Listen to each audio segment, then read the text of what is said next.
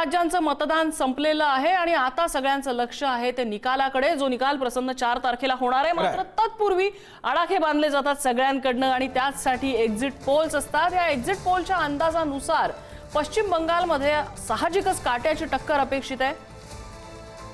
ChatGPTच्या exit poll अंदाजात पश्चिम बंगालमध्ये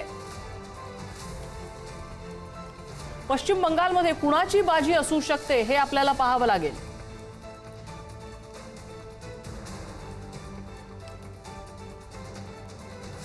तर जेमिनीच्या एक्झिट पोलमध्ये सुद्धा असंच काहीसं चित्र दिसतंय। तृणमूल 175 ते 195 जागा मिळण्याची शक्यता आहे।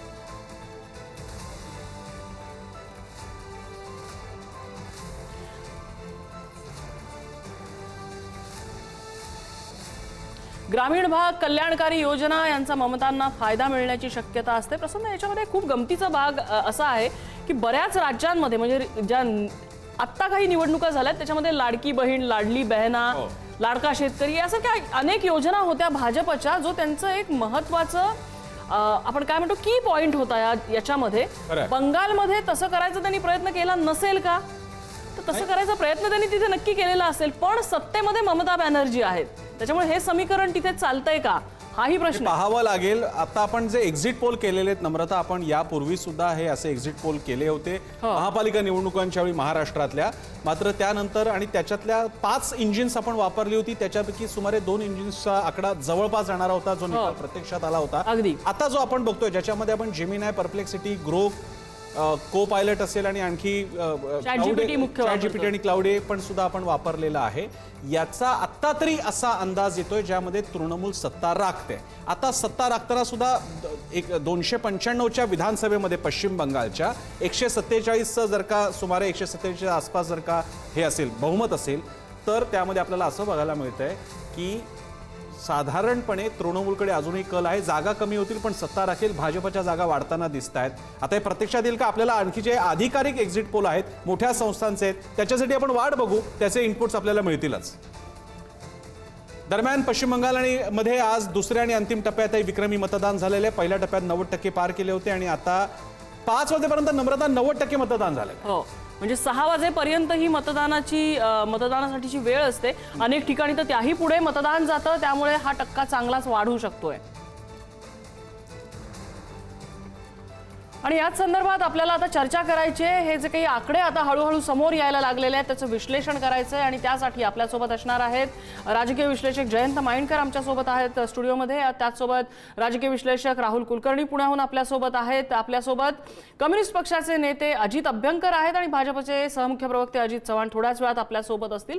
मी सुरुवातीला जाईन राहुल कुलकर्णी यांच्याकडे। राहुल, तुम्ही अनेक राज्यांमध्ये स्वतः फिरलेला आहात, एक्झिट पोलचे आकडे आता हळूहळू समोर येतील, तुमचा प्राथमिक अंदाज काय सांगतो? विशेषतः बंगालबद्दल मला फक्त राहुलला इनपुट, राहुल एकच फक्त आम्ही पुढारी न्यूजने पहिल्यांदा हा प्रयोग केलाय मराठी वाहिन्यांमध्ये। आपण 1 2 नाही 5 AI इंजिन्सना विचारलं प्रॉम्प्ट देऊन आणि सगळ्या माहिती सकट त्यांना दिलेल्या प्रॉम्प्ट, त्याच्यामध्ये सध्या तरी तृणमूलच्या दृष्टीने पारडं झुकलेलं दिसतंय। तसं असेल ना प्रसन्न, तर याचा अर्थ असा की 2 महत्वाचे मुद्दे होते। एक म्हणजे लिडरशिप क्रायसिस।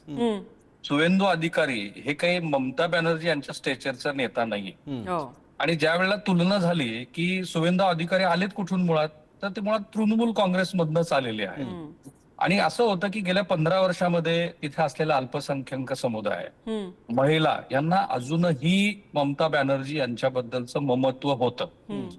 15 वर्षाची अँटी इन्कम्बन्सी आहे का? तर जरूर आहे। म्हणजे हे पहिल्यांदा मी पाहतोय, गेल्या 3ही विधानसभा निवडणुका मी कव्हर केल्यात।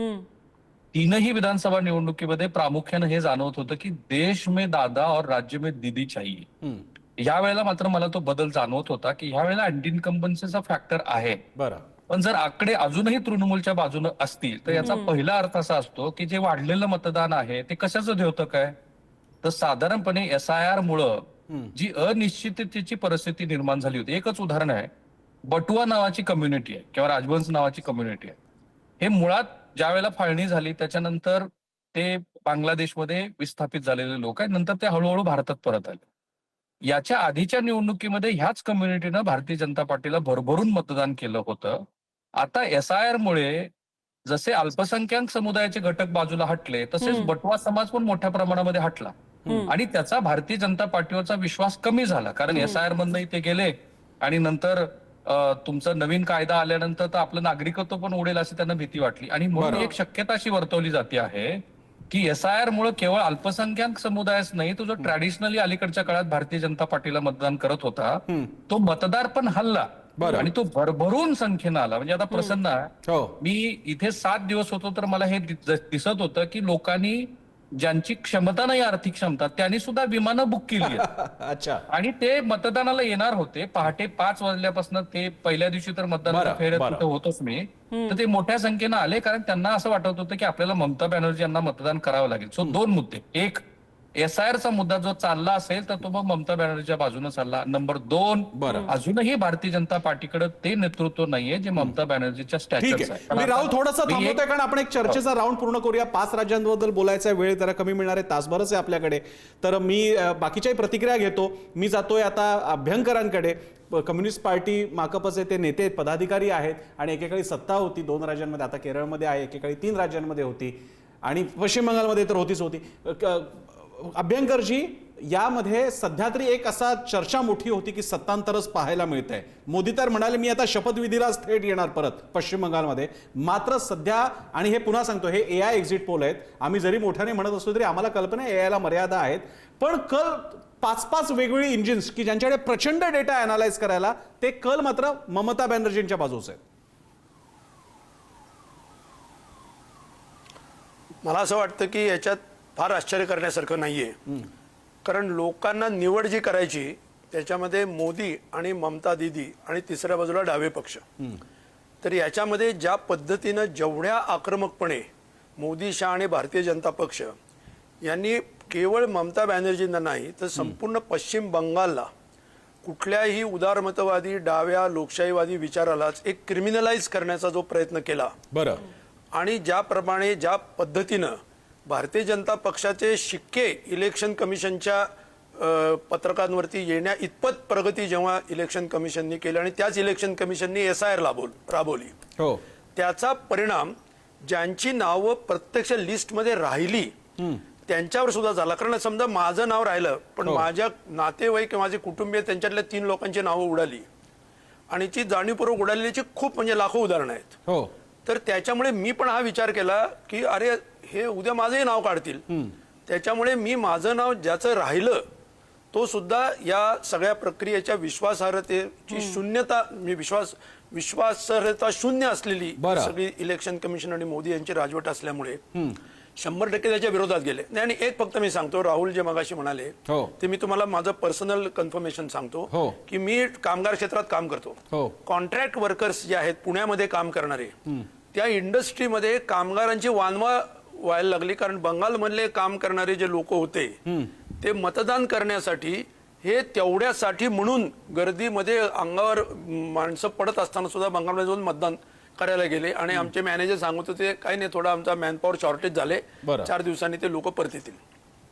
इतकं म्हणजे म्हणून ते 91% झाले. आणि बेस पण कमी झाला कारण लाखो मतं काढल्यामुळे डिनॉमिनेटर म्हणजे छेद कमी झाल्यामुळे टक्केवारी वाढलेली आहे. त्याच्यामुळे फक्त याच्यामध्ये एवढं आहे की फक्त ममता बॅनर्जींना नाही, जी आमच्या पक्षाला किंवा डाव्या पक्षांची तिथं प्रवेश नव्हता, ज्या पद्धतीनं बायनरी निर्माण झाली होती तशी होणार नाही. त्यावेळेला ममता बॅनर्जींना किंवा डावे पक्ष जो त्या तिथं सगळीत विजयी होण्याची शक्यता असेल मोदींच्या विरोधामध्ये, तिथं त्यांना लोकांनी मतदान केलं असेल. त्यामुळे डाव्या पक्षांचा सुद्धा बऱ्यापैकी तिथं उपस्थिती विधानसभेमध्ये राहील असं आम्हाला यावेळेला वाटतं. बरं, आपल्यासोबत माइंडकर सर आहेत. मात्र माइंडकरांकडे जाण्यापूर्वी प्रसन्न, एक आकडेवारी इतकी इंटरेस्टिंग आहे. SIR आधी आणि SIR नंतर जी काही निवडणूक आयोगाची आकडेवारी आहे मतदारांची, 91 लाखांचा फरक आहे त्याच्यामध्ये. 91 लाख नावं या मतदार याद्यांमधनं बाहेर पडलेली आहेत. माइंडकरजी, हा SIRचा फटका आहे हा म्हणतात तसा, की राहुल कुलकर्णी म्हणतात तसा, एक ममतांच्या स्टेचरचा चेहरा तिथे नसणं आणि भाजप अगेन लाडक्या बहिणीसारख्या. म्हणजे मला माइंडकरांना विचारायचं आहे की माइंडकरजी, आता एकही विश्लेषक हा असं म्हणू पाहत नाहीये की भाजपला संधी नाहीये. ऑलमोस्ट सगळ्यांचं एकमत चाललेलं आहे की भाजपला यावेळी प्रचंड संधी आहे, सत्तांतराची संधी आहे. 90% मतदान म्हणजे सत्तांतराच्या दिशेने पडलेलं पाऊल आहे. तुमचं काय मत आहे? नाही, मी याला मान्य करत नाही. कदाचित तो मी पहिला असेल की सत्तांतराची भाजपला संधी आहे, तर मी सरळ सांगतो नाहीये. याचं कारण असं आहे की तुम्ही, मला वाटतं भाजपकडे गेल्या विधानसभेत 77 जागा होत्या, वाढून वाढून किती वाढणार, तर जो काही आपल्याकडे AI अंदाज आलेला आहे तो 77 ते म्हणजे 100 ते 120 पर्यंत वाढेल. मला थोडंसं आपण बंगालच्या हिस्ट्रीला थोडंसं पाहूया. 1977 ते 2011 भलेही 2 मुख्यमंत्री आपण पाहिलेले असले तरी मुख्य जे काही आपल्याला होल्ड दिसला तो ज्योती बसूंचा दिसला 2001 पर्यंत. उर्वरित 10 वर्ष ते नसले, सत्तेवर नसले तरी पण त्यांचा होल्ड होता. त्याच्यामुळे एक प्रकारे पश्चिम बंगालला 1 पर्सन शो अशी सवय आहे. आणि आता आपल्याला पुढची 20 वर्ष म्हणजे आता पुढची 5 वर्ष धरून आतापर्यंत 15 वर्ष झाली, हा 1 वुमन शो, 1 पर्सन शो हा आपल्याला बंगालमध्ये पाहायला मिळेल. जे काही अपेक्षा इतरांचं वगैरे ऐकलं जाईल तर ते बंगालच्या पॉलिटिक्स मध्ये ते शक्य नाही. आणि त्याचीच आपल्याला री ओढली जाते. आणि थोडासा रेफरन्स त्याचा आता आला की होय भाजपकडे तसं नेतृत्व नाहीये, ही वस्तुस्थिती आहे. बरं, मी पुढचा राऊंड खरं तर तामिळनाडूला जाणार होतो नम्रता, पण आपण जो पोल दाखवतोय आपल्या कॉन्स्टंट बाजूला चालू आहे त्याच्यामध्ये केरळमध्ये 77 आहे. केरळमध्ये 77 असेल तर फार अगदी अगदी म्हणजे काँग्रेस डाव्यांवरती, जर काँग्रेस इथं हावी पडत असेल तर अगेन शेवटचं राज्य सुद्धा डाव्यांच्या हातून जाते. मला अभ्यंकरांची कमेंट घ्यायची त्याच्यावरती. अभ्यंकरजी. नाही बघा, केरळचे जे निकाल आहेत ते बघायला लागतील. म्हणजे तुमचा जो निकाल म्हणजे AI जो दाखवतोय त्याचा पुनर्विचार करावा लागेल. कारण केवळ म्हणजे मी मार्क्सवादी पक्षाचा आहे म्हणून मी म्हणतोय अशातला भाग नाही. कारण केरळमध्ये गेल्या 10 वर्षामध्ये पिनराई विजयन आणि तिथल्या सरकारने जी काही कामगिरी केलेली आहे ती देशामध्ये अभूतपूर्व आहे. म्हणजे देशाला मार्गदर्शक ठरावे अशा प्रकारची आहे. कारण गरिबीचं पूर्णपणे निर्मूलन करणं, पदवीपर्यंतचं शिक्षण पूर्णतः मोफत करणं, वायनाड या सारख्या ठिकाणी एवढी आपत्ती उठून केंद्र सरकारने त्यांचा गळा दाबण्यात इतकी कोंडी केली तरी सुद्धा त्यांनी स्वतः एक मोठा हाऊसिंग प्रोजेक्ट तिथं निर्माण केला त्याच्यातून. त्याचप्रमाणे कोविडच्या विरोधामध्ये जी काय सगळी यंत्रणा राबवली आणि यशस्वीरित्या त्याला तोंड दिलं, असे कित्येक अचिव्हमेंट्स आहेत की ज्या देशामध्ये अभूतपूर्व आहेत आणि अशा प्रकारची कुठची निगेटिव्ह फॅक्टर्स त्याच्याबद्दलचे नाहीत. आता म्हणायला की पिनराई विजयन हे सिनियर आहेत, 80 वर्ष झाले, हा एक फॅक्टर असू शकतो. आणि अँटी इन्कम्बन्सी की आता देशाच्या पातळीवरती तोंड द्यायचं तर मग काँग्रेसच आहे, असे काही फॅक्टर्स विरोधात जाणारे असू शकतात. परंतु तरी सुद्धा मला असं वाटत नाही की अशा प्रकारची कॅम्पेन किंवा अशा प्रकारचा लीडर हा काँग्रेसकडे होता लोकल पातळीला की जो तिथे पिनराई विजयन यांना पर्याय देऊ शकेल किंवा CPM ला पर्याय देऊ शकेल. त्याच्यामुळे मला हे थोडी शंका वाटते याच्याबद्दल. आणि जे काही आतापर्यंतचे तिथले हिंदूचे असेल किंवा बाकी सगळे रिपोर्ट जे वाचले आतापर्यंत म्हणजे इलेक्शन प्रोसेस सुरू असताना, अँटी इन्कम्बन्सी अशा प्रकारचा फॅक्टर तिथं कुठेही स्ट्रॉंग आहे, विंड स्ट्रॉंग आहेत असं दिसत नाही. 5-5 वर्षांनी तिथं बदलत आलेले आहेत. हे केरळचा इतिहास आहे, हे मान्य आहे. परंतु तशी परिस्थिती यावेळेला नाही असं अनेक विश्लेषकांचं मत होतं. मला असं वाटतं थोडंसं आपण थांबलेलं बरं याच्याबद्दलची कॉमेंट फायनल करण्यापूर्वी. अगदी आपण येऊ पुन्हा केरळच्या मुद्द्यावरती. मात्र मला राहुल यांच्याकडे जायचं तामिळनाडूचा मुद्दा घेऊन. राहुल, तामिळनाडूमध्ये विजय थलपती नावाचा एक एक्स फॅक्टर ज्याची खूप जास्त चर्चा झालेली आहे, हा एक्स फॅक्टर आता जे आकडेवारी आपल्याला दिसते DMK 148 आणि AIADMK 72 म्हणजे सत्ता त्या ठिकाणी राखण्यात यश आलेलं आहे.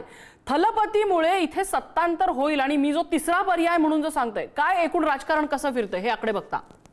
हे बघा, एकतर मुळामध्ये जेवढं मी तामिळनाडूमध्ये फिरलो, मला अशी फार स्ट्रॉंग अँटी इन्कम्बन्सीची वेव DMK सरकारच्या विरोधात आहे असं दिसलं नाही. स्टॅलिनच्या कारभाराबद्दल लोक खुश होती का, तर त्यांनी वेगवेगळ्या ज्या लोकांच्या हिताच्या म्हणून ज्या काही योजना आणल्या होत्या त्याच्याबद्दल लोक फार निगेटिव्ह बोलताना मला दिसलेले. तांदूळ 20 किलो दिलेत, महिलांसाठीचे पैसे दिलेत वगैरे वगैरे.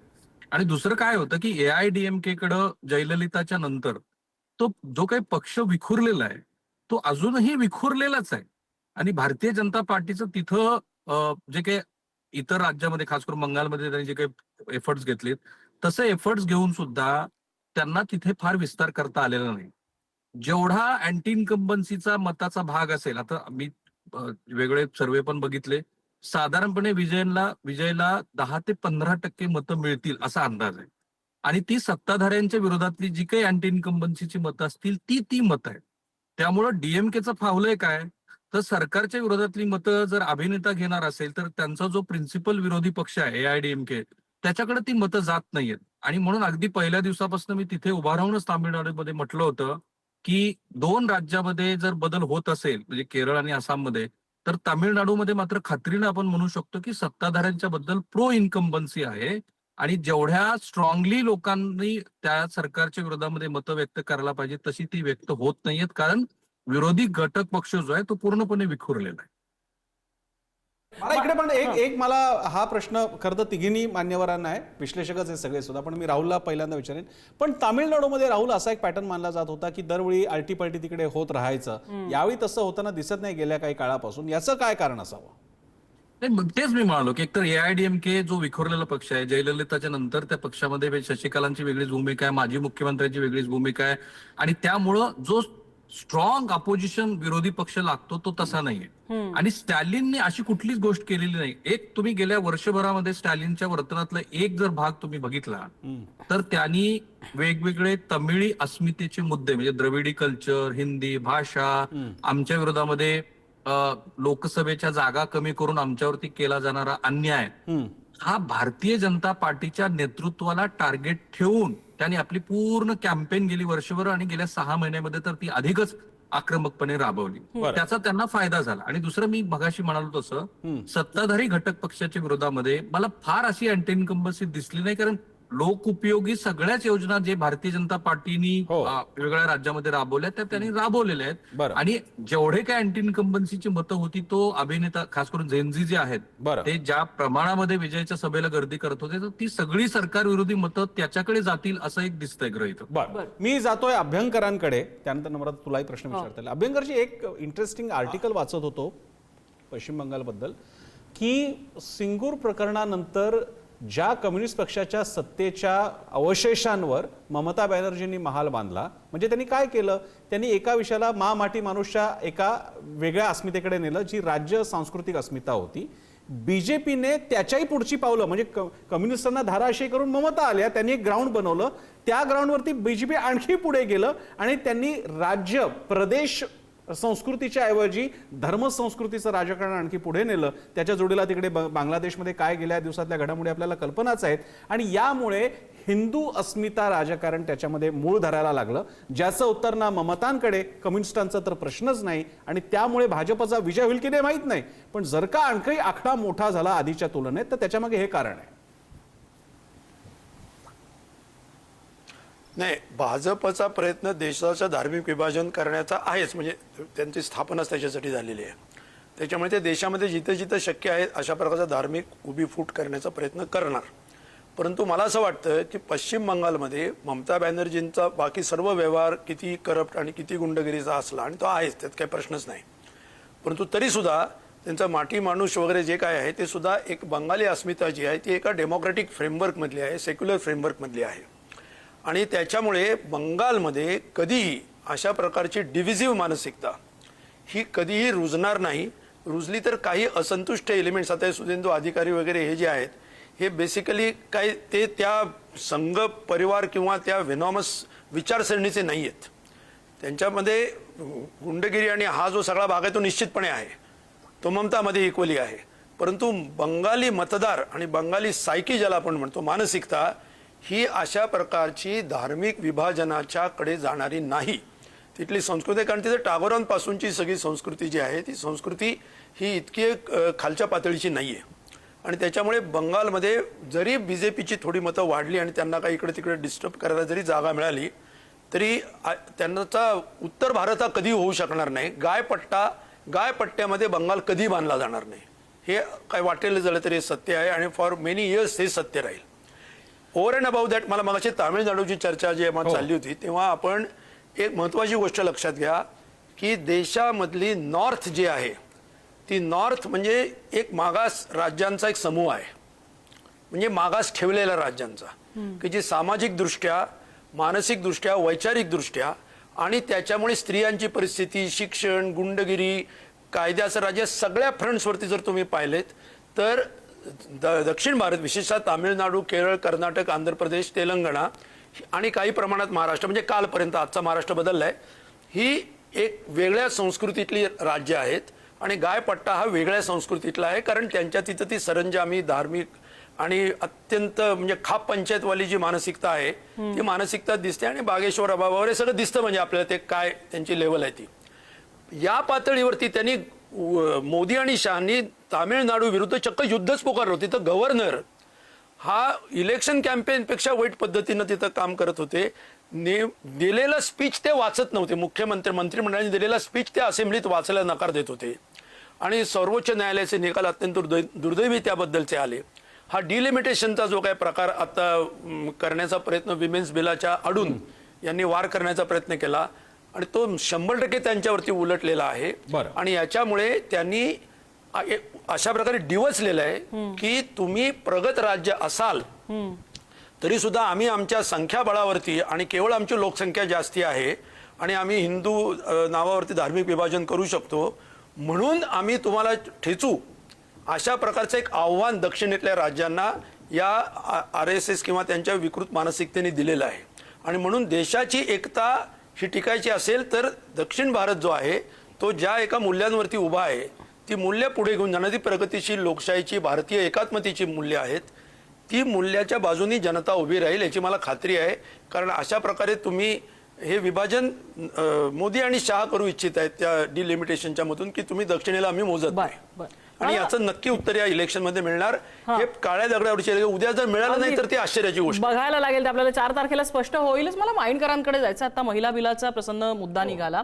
महिला मतं हे भाजपच्या स्ट्रॅटेजी, निवडणूक स्ट्रॅटेजी मधला एक मेन टार्गेट राहिलेला आहे. मग त्यासाठी ते वेगवेगळ्या योजना आणतील का बरंच काही करतील. यावेळी तर महिला बिलाचाही त्यांचा प्रयत्न झाला. बंगालमध्ये जर हे आपण AIचे आकडे बघितले तर बंगालमध्ये काही ममता बॅनर्जींचा जो होल्ड आहे महिला मतांवरचा तो काही त्यांना तोडता आलेला नाही असं चित्र दिसतंय. काय कारण? उलट अशी अपेक्षा होती की विरोधकांनी विरोध केल्यामुळे बघा कसं महिलांचं आरक्षण झालं नाही आणि त्याचा उलटा पडसाद उमटतील आणि भाजपला फायदा होईल की महिला एक हाती मतदान करतील. पण असं सध्या तरी दिसत नाही.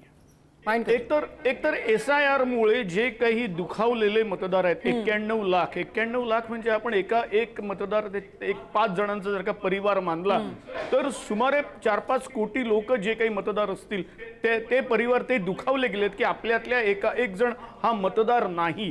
त्याच्यामुळे ते लोक वेगळे झाले. आणि दुसरी गोष्ट, एक मघाशी अभ्यंकरांनी जे काही अनालिसिस सांगितलं की गायपट्टा वेगळा आणि बंगाल त्यांनी महाराष्ट्राचाही अंतर्भाव केला तो योग्य आहे. त्याचबरोबर साऊथचे सगळे राज्य हे वेगळे आणि ती वस्तुस्थिती आहे. बंगाल नेहमी एक वेगळ्या प्रकारे एलिट लेवलला त्यांनी कम्युनिस्टांना 32-34 वर्ष निवडून दिलेलं आहे. आज कम्युनिस्ट नाहीत तरी पण ते मला असं वाटत नाही की भाजप सारख्या रॅडिकल पक्षाकडे इमिजिएटली जातील. त्यांना अजून जायला 5-1 वर्ष तरी वेळ लागेल. त्याच्यामुळे सध्या तरी हे महिला वगैरे त्यांनी कितीही अशी ज्याला म्हणता येईल आपण अक्षरशः गाजरं दाखवलेली असली तरी बंगाली महिलांनी त्यांना मात्र वाटाण्याच्या अक्षता लावलेल्या आहेत असं आपल्याला एकूणच AIच्या तुमच्याकडे आलेल्या सर्व सर्व्हेवरून दिसत आहे. आपण धन्यवाद माइंडकरजी, तुम्ही राज आपल्यासोबत. थोड्याच वेळात आपण हे आकडे पुन्हा एकदा रिव्हिजिट करणार आहोत कारण तोपर्यंत आणखी रिफाईंड आकडे येतील.